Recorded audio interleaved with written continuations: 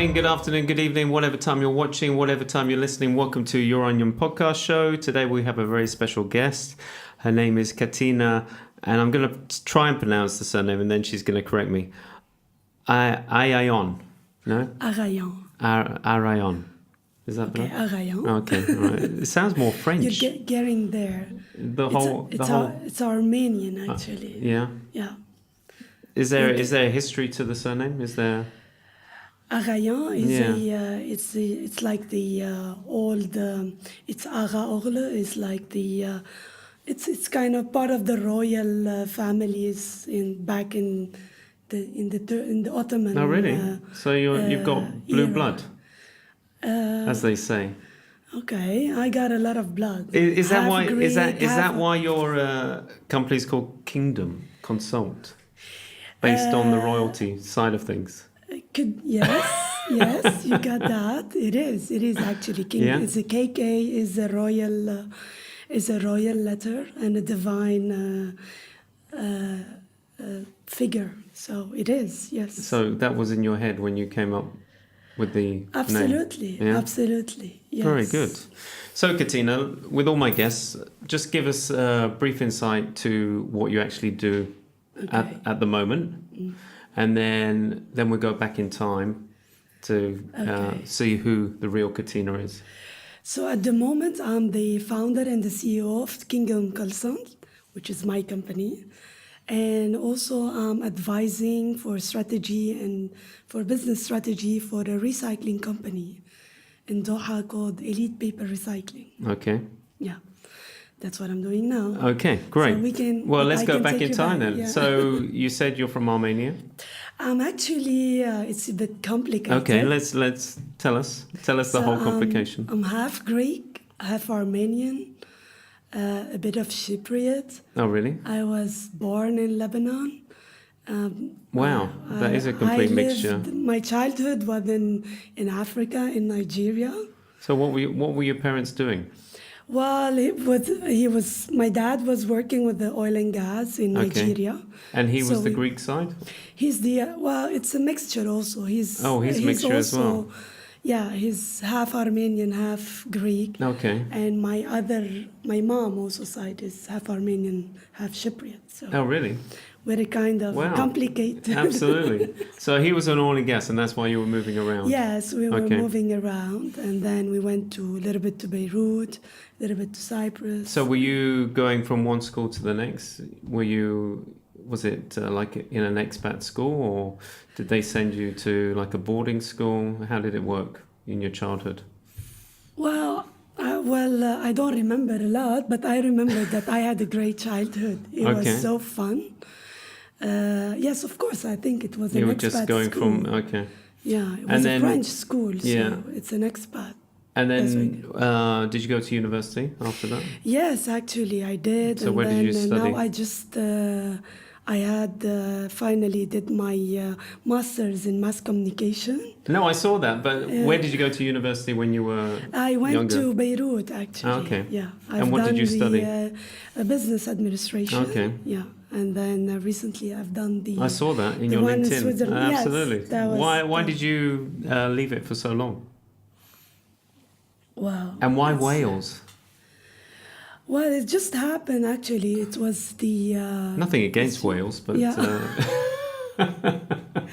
Did you go there? Actually, the campus was in Zurich, in Switzerland. Oh. So I had to go back and forth, not all for all the models, but partially. Yeah.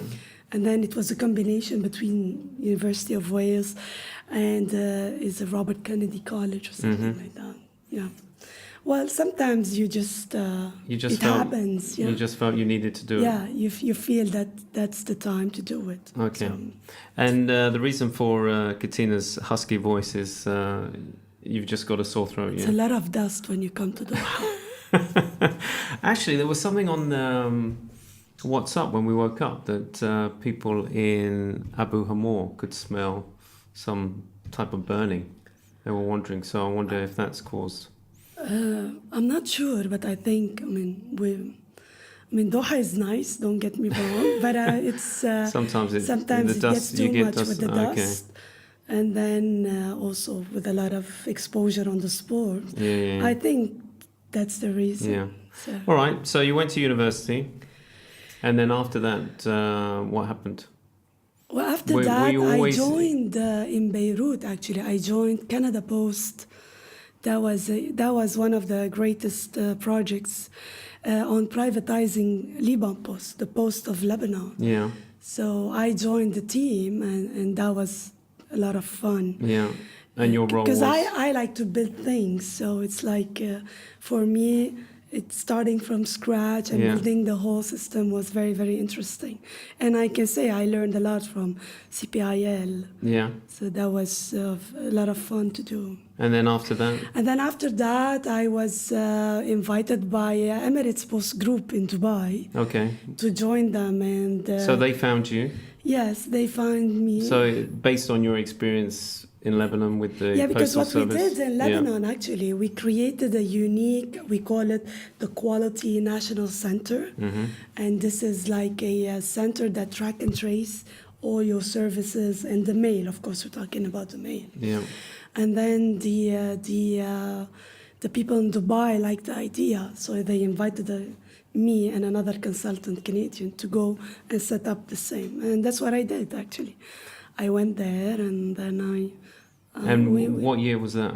What year did you go over there? it was in 2000 or 2001. Okay. And because you've had that experience of moving around, I suppose just Yeah. it didn't affect you. No, not at it's all. just- Actually, it gives you more richness, Yeah. and it gives you more understanding of the multicultural. Yeah.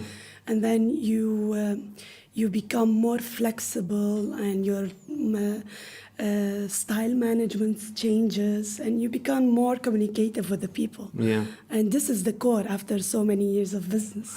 This is the core of the business, is Yeah. how you communicate, when and to who. Absolutely. Yeah.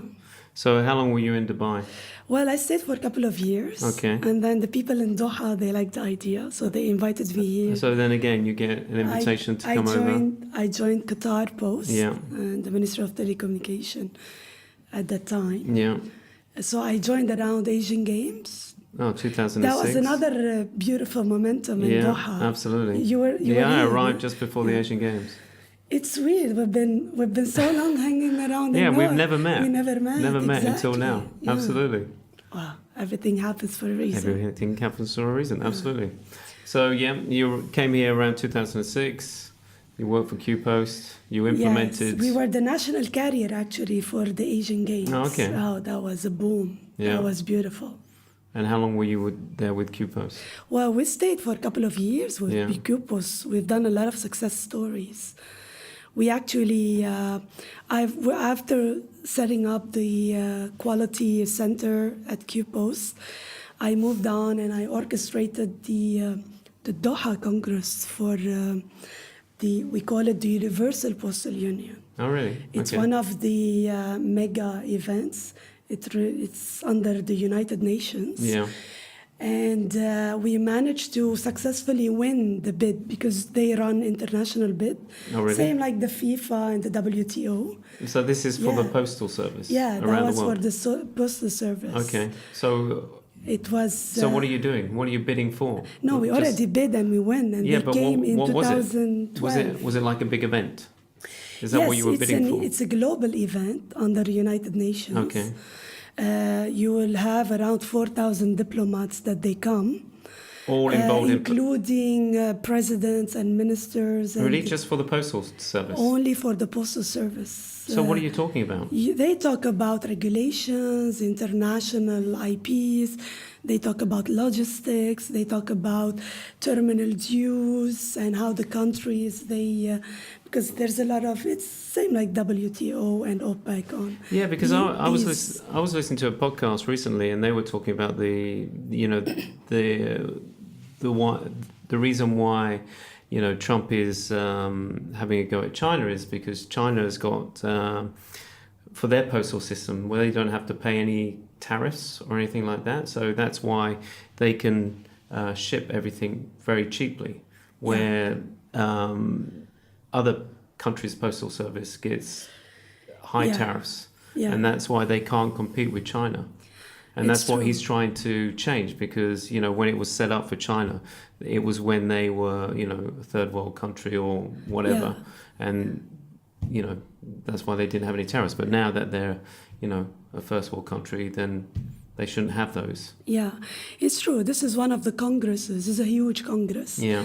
And actually, it's one of the longest for the United Nations. It stays 3 weeks. 3 weeks. And Wow. there is a lot of committees, and there is a lot of other entities involved, like customs, security, because logistics is the backbone of a lot of businesses Yeah. of the industry. So they discuss a lot of things Yeah. for long hours. And So you are the But- so you were the postal. I was orchestrating expert. the project, and I mean, because you do a lot of political lobbies to win the city. Yeah. And Doha, we are very proud to say that was the second Arabic country or city to host after 70 years. Oh, really? I think. Yeah. So that was And we were that was a great competing against achievement. Dubai. We were Yeah, absolutely. competing against Australia, Russia. Wow. So. And this was in Yeah. 2000. 2012. Oh, wow. 2008, we did the bid in Yeah. Geneva in Switzerland. Wow. And then in 2012, they came here. We hosted at QNCC. Wow. That was a big success. Yeah. So you were involved with the Postal Service until when? Until around the 2012. the Congress time, yes. So why didn't you move on to some other country And that then- needed a whole postal system, because you were the expert? Yes, what happened? I know. It's just I think you just You had enough? No, I'm not having enough. You wanted I a think change? It's just I think personal life. You get married, you get busy with each other, and then welcome to the world of motherhood. Absolutely. Which is a completely different ball game. Yes. Yeah. So So how many children have you got? One, actually, one son. Nice. One How old son. is he? He's 7 years old. Wow. And what school does he go to? Does he? He's going to Lycée Bonaparte. It's the French Okay. school. Yeah. So you don't want to give him a life of moving around. You felt, I feel settled here. Yeah. I want to stay. Well, you always feel settled in Doha. Yeah. And actually, he likes it. Yeah. Actually, we tried 2 years back. I moved to Beirut, and I was trying to move. We stayed a bit in Athens. And he didn't like it. Ah, He you wanted to go tried. back Okay. to Doha. I want to go back Ah. to Doha. It's like, okay, we go back to Doha. So that forced you to come back. Yeah. So But I think moving is, from my own perspective as a child, I was very happy moving. I didn't have... yeah, but I think it depends on your personality. Yeah, maybe. Because I moved around Okay. around the UK, because every time my dad got a promotion, we would move to a different town. Okay. Because he worked for Barclays International. And I loved it. I loved the fact that, you know, here's a fresh start, you meet new people, you make new friends. Yeah. My sister hated it. Oh, okay. So I think it all depends on, you on know. the character. Yeah. It's true. So I think, you know, your You're character, right. you liked it. Yeah. Yeah. I think my son is like your sister. Yeah. He likes He likes the his security, he friend, likes his friends. He likes his... I didn't mind it moving, and I No. still don't mind it. So But then you still get that change for kids when they are going to multinational expat kind of school, that, you know, he will experience the fact that, you know, friends will come and go, yes, because it is But quite fluid. That's what life is. Absolutely. It's better to be frustrated when you are a kid Yeah. than to be frustrated later on, No, absolutely. from my own opinion. And then you learn who's your real friend, because even your real friends comes and goes. Yeah. The real friend stays in touch. Oh, absolutely. Even However if many they are- years yeah. you've been apart, or I mean, wherever you I are. have friends all over the world. Yeah. We meet No, somewhere. for sure. And then even if you don't speak to them for a long time, you still can anytime pick up the phone. Yeah, and it's like And you spoke to them the same yesterday. person is there on the phone, nothing changed. So I think, Absolutely. from my own opinion, it's a very good experience. But of course, you have to really work on those, especially for children, Yeah. because they don't know how to process the feeling. No. So you have to keep on Absolutely. explaining. Yeah, for sure. Okay, so And then I moved to Katara, which was Yeah. So did you come completely back? different. Did you come back to Katara with a job, or did yes, you? actually, I Okay. was the cultural affairs advisor. So how was that? So, that was fantastic. Katara I have it's very dear to me. Yeah. And actually, we had the golden age of Katara back in 2013, 14, 15, where we really hosted gigantic event. We hosted Caras the Fog, the street theater. We hosted a lot of ballets. We hosted the Spartacus. We hosted Yeah. the famous Aram Khachadurian ballets. It was beautiful. We had over 200 ballerina. Wow. Yeah. We hosted a lot. We had Daniel Barenboim. He's the century composer. Yeah. We had a lot. We had a lot of things that we really achieved in Qatar. And what, just to let people know who are listening, what is Kataras' mission? Why was Katara set up in the first place? The mission of Qatar actually is very beautiful. It meant to be the cultural village, and that really has a cosmopolitan and cross-culture mission to expose all those cultures and the art related and the music for all those countries, reflecting the community of Qatar, which we are a match of. We're cosmopolitan in Doha. Yeah. We're from everywhere. We have over 150 countries, Yeah. if the figure is right. Well, and this is the mission and vision of Qatar, is to really share and expose all type of different cultures, including, of course, the Qatari culture. Yeah. So letting people enjoy and learn about other cultures, and we did that in a way. We hosted a lot of cultures, like the embassies cultures. We had a lot of Kazakhstan, Greece. A lot of countries, France, Italy, UK. And was there a good response when you were doing these events? Was there a good turnout where people come and? Yes. Yeah. Always. Yeah. The music and the art is an international language. Yeah. And was it a learning curve for you? Coming from a postal system Absolutely. Because the postal system is a male industry. Yeah. Oh, okay. Yeah. It's still male. It's a big Really? club, boys. Really? Yeah, it is. Well, no, I say Sweden and the Danish Post, and they've done they break a the lot barriers. of improvement. Yeah. Okay. They break the barriers, and even Doha, actually, Qatar Post, one of the. To host an advisor lady, it wasn't easy. Yeah, that's true. Yeah. But it went very well. But so I jumped to event and entertaining industries. Yeah.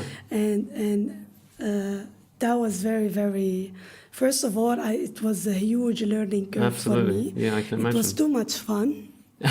Because I have this artistic side that Did you know that you had this artistic side? Oh yes, You always had a. My dad is a painter, and I used to paint, and trying to ask my son nicely to paint. Nicely. Yeah. Okay. So we have that little bit in the. So you have this creativity part that you really. So this whole side of you was opened up. Yes, being a Katara. It was, and the team was great. Yeah. We had a great team. I don't know if you know them, Adel Ansari, Dr. Sultan. They're a great team. Yeah. Team. We're And, still very close friends. and how many years were you there? It was also a couple of years. Yeah. And so what happened? Why did you move on? I just changed, and then I went back to Beirut. And I was trying actually to decide Beirut or Athens, and then it happened to be Beirut. Yeah. And then this is where I founded my company, Kingdom Council. So when did that light bulb come on? Why did you think, okay, I'm going to set my own business up? Because Because you're at Katara. yeah, You're yeah, doing very well. yeah, Doing these big events, and then you think, no, I'm going to move on and do something else, and then you think, okay, I'm going to set up my own company. yeah. That's what happened actually. It's like I said, okay, it's time for me Yeah. to give a chance for my own things. And how was it? How was that? It was great actually, although it was a short time, but it picked up, because Beirut is a city of communication Yeah. and PR. They're so glamorous. It's a crazy country, but out of the chaos, you have this beauty. It's a lot of PR, a lot of communication, so it really, really inspires you to jump on the boat and do that. So what is your message? What is your company, focusing on? Kingdom Consult is a very interesting concept. We're like a loop of consultants Okay. spread all over the world. Yeah. We have people from Middle East, from UK, from Europe, from Germany, from France, from the States. And what are they? And what we do, we offer business strategies and communication for the corporates. Okay. And of course, based on each and every one, their expertise. Yeah. And how do you these are all actually my friends. What I was going to say, how do you find these people? How do you find? No, So these are your friends? we don't want to say 20 years. We're too old. Can't believe it was 20 years. Yeah, this is just the network you have. Yeah. So that you built really this build network up of all friends, over and the then you years. basically said, look, you can Yeah. become a consultant. Yeah. So they're basically freelancing. Yes, So it's a actually, project we're by all project. associate, Okay. and whenever we have a project, we can allocate the consultant. Yeah, that's great. So you And pull then the we can also resources. introduce other expertise consultancy to each other also. Yeah. So it's just like it's one of those platforms. So you're not really focused. So you're focusing here, but you can be anywhere in the world, Yes. depending on what Yes. pops up. Yeah. But now, actually, I'm really taken with this project that I'm advising on. Yeah. How did they find you? It's a Did you recycle. find them, or did they find you? Actually, it was through a friend Yeah. in Qatar Yeah. that I know them from before, Yeah. and they just opened this recycling company. Were they the So- first recycling company here, or? There are other recycling companies, but now they are pioneering Yeah. in a paper recycling. So they're focused on paper recycling. At the time being, yes, Yes, and Yeah. it's elite recycling, elite paper recycling. elite paper recycling. And how do they work? So what was your kind of? So they bring you in. So what are you kind of advising them on? Currently, I'm advising on the business strategy Okay. and how to grow and develop their communication platform. Yeah. And we are working a lot on the public awarenesses. Okay. So I'm really focusing on both on commercial and the community side. Yeah. And has there been a good response? So From the far, community? yes, it is. It is picking up. Doha Yeah. has changed a little bit. Oh, absolutely. I think there's and- always been a demand for recycling, Yeah, and but it's people never. loves it. Absolutely, the yeah. public loves it. And But is there a point where you can convince government as well to be more on the we recycling? are actually. You are. We work closely with QDB Okay. and Tasdir because everything we recycle, we export 80% of it. Really? Yeah, we export to China, believe it or no. So what happens? What happens to the Malaysia, paper? Bangladesh, That just gets and, recycled and turned into more paper? Yeah. Sounds easy. Actually, you take the like the carton, the Yeah, paper yeah, waste, yeah. and then you recycle it, and then you come up with a craft paper. The craft paper, actually, you use it for the carton box and the cups and the holders and all of that. So yeah, it's like reduce, reuse, recycle. So this is a whole new and industry save that the you've learned. environment. So this is a new industry that you've learned as well. Yes. I and suppose I'm- as a consultant, you just go into a new industry and you have to learn it. And Yes, you and know, I like that. Yeah. I don't like to be framed. I like to. You like to have the learn. freedom. Yeah. Yeah.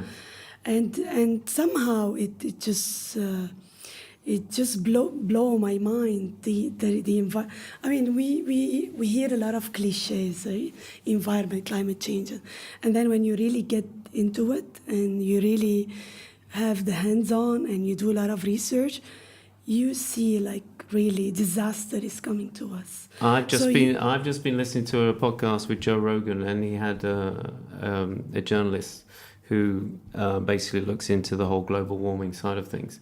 And it's frightening. I know what he was saying. I know. But then, as everyone, I've had this conversation before with people. It's just like a dripping tap. We don't really take notice of the dripping tap until it's too late. Yes. When the bowl's completely full of water.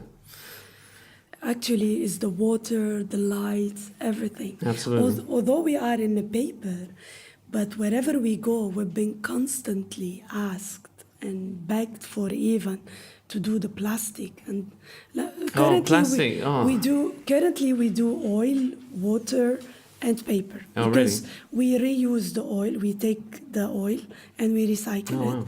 We reuse the water also. Yeah. So we're reducing on the landfills. We're reducing on and we really invite all the corporates to join this initiative. Really, because it's not a matter of option anymore. No, it's essential though. It's essential for our kids. Absolutely, for our future and their future. Today, it says that half of the forest globally is gone. Yeah. So what we're going to breathe. I know. It's like... So has it really opened your eyes? Yes, it really opened my eyes, and I think I take it, because sometimes, I mean, after 20 years of career, successful stories, and you do that, you reach a point that you see that, okay, I need to give back to the community. Yeah. I mean, the community, Doha, everywhere I went, they gave me a lot of things, a lot of good people, a lot of success stories, a lot of learning. So it's like, it's time for, as an individual, to give back to the community. Yeah. So that's how I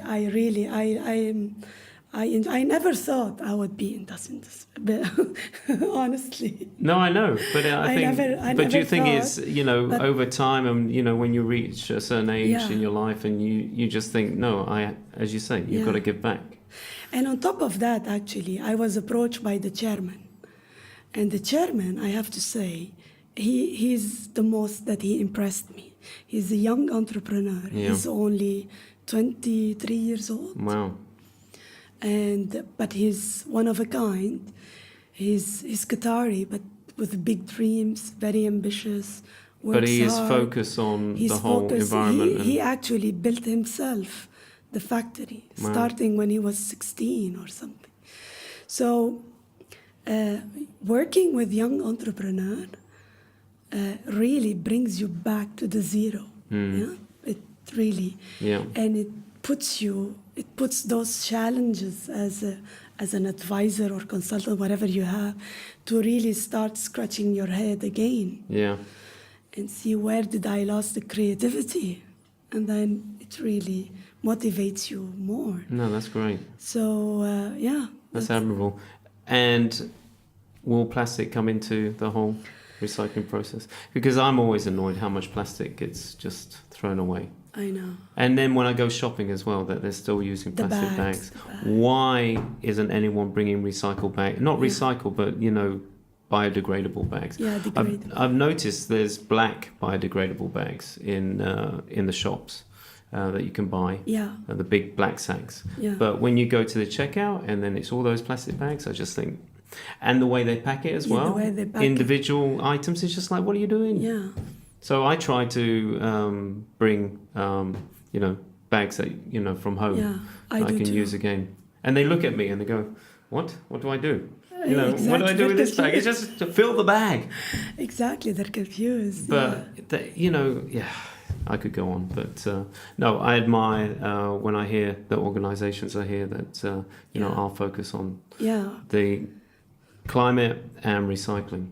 It's we are actually because of the popular request that please plastic, we are considering to do an analysis on the business model of plastic recycling, because actually the paper recycling is a soft comparing to the plastic. Yeah, absolutely. Even if you throw the paper, It's gonna. the soft it's not going to harm, No. but it's killing your trees, you're killing your Yeah, oxygen. exactly. It is harsh, Yeah. but the plastic is No, becoming a boom, and it's irreversible, the Yeah. plastic. Yeah. So we are actually, with the management, we're saying, you know what, we really have to consider that. Because everyone, like in Europe now, they ban the single disposable plastic, like bottles or whatever. It's banned now in Europe. Yeah, no, absolutely. Which is good. And like I'm half Swedish, so when I go to Sweden, they've got so many different recycle bins that you have to put different items in each bin. Yeah. They're very hot on that. Yeah, well, you get incentive in Sweden. Oh, yeah. If you do that. Yeah. Here, No, as a child, we were recycling bottles. We were going to the supermarket and putting bottles in this machine, and then you get some money for it. So as a kid, you loved it because it was your pocket money. Yes, absolutely. We're trying here. We're focusing a lot on public awareness. We're introducing next month something we call the Ecodome. The Ecodome, it's a virtual reality, state-of-an-art video. Yeah. It targets the youth generation. It talks about deforestation. It's a video that we customized. It's a beautiful. They use it with the Oculus, and they go into the high tech. And it all talks about, please wake up and recycle. So recycle, stop harming the environment. It's accelerating at speed. Absolutely. Yeah, this podcast was saying, we've got 10, 20 years and then, we're going to do real damage that, is irreversible. Exactly. So now we have to act now. True. One of the ideas actually is to collect the plastic and sell it to Sweden.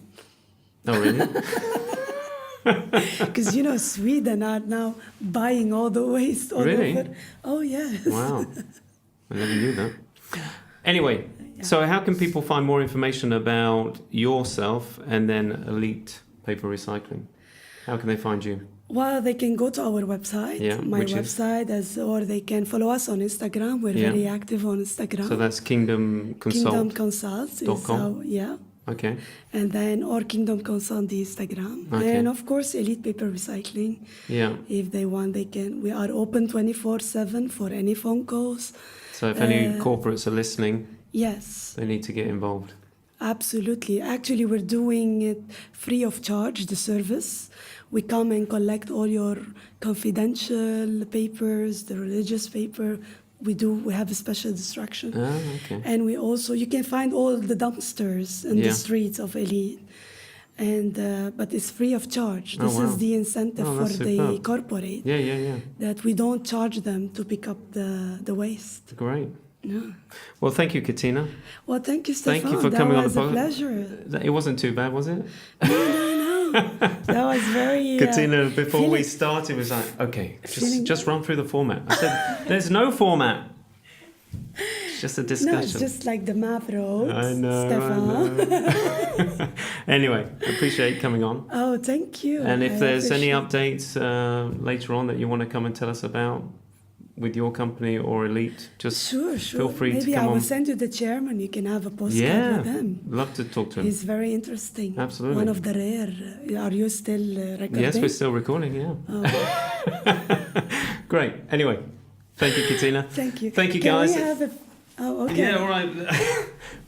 When we switch everything off. Okay. All right. Thank you. Thank you for watching. Thank you for listening. And we'll catch up with you next week. Bye-bye.